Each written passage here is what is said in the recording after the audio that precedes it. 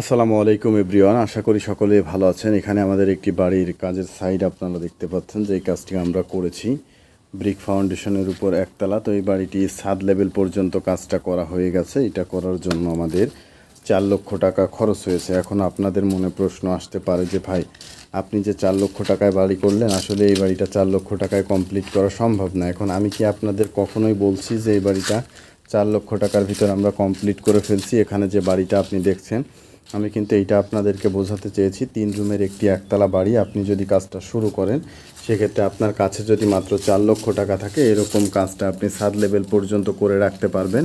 এরপরে বাদবাকি যে কাজগুলো আছে ওই কাজগুলো আপনি চাইলে আস্তে আস্তে করে ফেলতে পারবেন।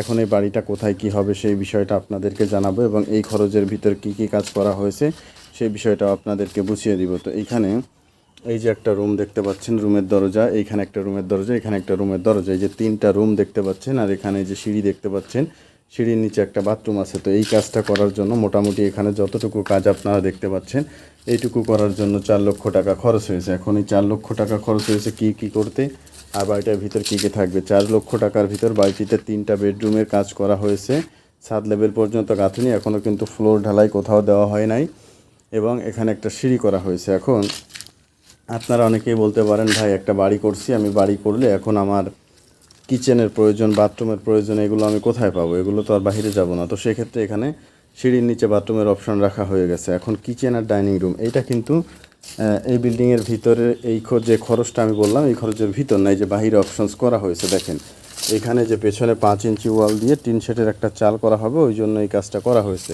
এখানে 2 রুমের সাথেই পেছন দিয়ে আসা যায়, যাতে করে দরজা রয়েছে 2 রুমের সাথে। তো এইভাবে কাজটি করার জন্য মোটামুটি এই যে খরচটা হয়েছে, এবং এখানে এর পরবর্তীতে যখন ছাদ দেওয়া হবে, ছাদ দিতে প্রায় আরও 3 লক্ষ টাকা খরচ হবে। তাহলে দেখেন কত টাকা খরচটা কীভাবে বেড়ে যায়। তো ওই গেল 4 লক্ষ টাকা খরচ, আর এই ছাদ দিতে 3 লক্ষ টাকা খরচ হবে, এই হলো 7 লক্ষ টাকা। এরপরে যখন এখানে আপনি দরজা জানালা লাগাবেন, এগুলো করতে প্রায় আরও 2 লক্ষ টাকা। তাহলে কত আসে দেখেন, আপনি একটু খেয়াল করবেন, এটা 7 আর 2 9 লক্ষ টাকা। এরপরে যখন আপনি ফ্লোর ঢালাই দিবেন, ওইখানে আরও 1 লক্ষ টাকা, এই হলো 10 লক্ষ টাকা। ভেতরে যখন প্লাস্টার করবেন, ওইখানে প্রায় 1.5 লক্ষ টাকা খরচ হবে, এই হলো 11 11.5। বাইরে প্লাস্টার করতে আরও 1.5 লক্ষ টাকা লাগবে, এই হলো 13 লক্ষ টাকা। আর যখন আপনি ফ্লোরে টাইলস দিবেন, ওইখানে যাবে ধরেন আরও 2 লক্ষ টাকা, 14 15 লক্ষ টাকা।